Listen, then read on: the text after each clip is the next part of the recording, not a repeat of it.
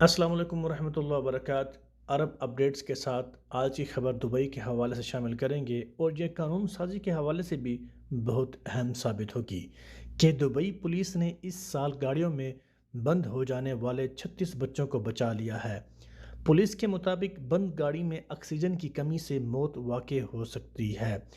Dubai police نے سال رواں اور آخر تک گاڑیوں میں لاک ہو جانے والے 36 بچوں کو بچایا۔ الامارات الیوم کے مطابق دبئی پولیس کے اعلیٰ حکام نے ایک بار پھر کہا ہے کہ کسی بھی حالت میں بچوں کو گاڑی میں تنہا نہ چھوڑیں۔ بند گاڑی میں تنہا رہ جانے والے بچوں کی زندگی خطرے میں پڑ سکتی ہے۔ آکسیجن کی کمی یا درجہ حرارت بڑھ جانے کے باعث ان کا دم گھٹ سکتا ہے۔ دبئی پولیس نے والدین سے اپیل کی ہے کہ وہ اپنے گھروں یا پبلک مقامات پر گاڑی کبھی کھلی نہ چھوڑیں۔ بچے گاڑی کھلی دیکھ کر اس میں بیٹھتے ہیں اور گاڑی لاک ہو جانے پر پھنس جاتے ہیں۔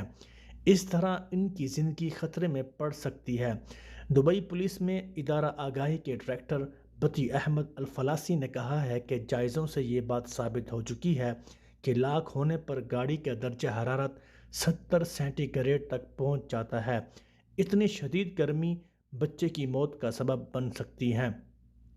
متحدہ عرب امارات کے قانون کے مطابق بچوں کے تحفظ کے سلسلے میں لاپرواہی قابل سزا جرم ہے۔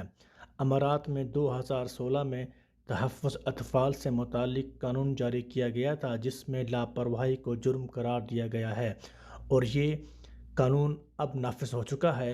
اب اس پر 10,000 درہم جرمانہ ہوگا۔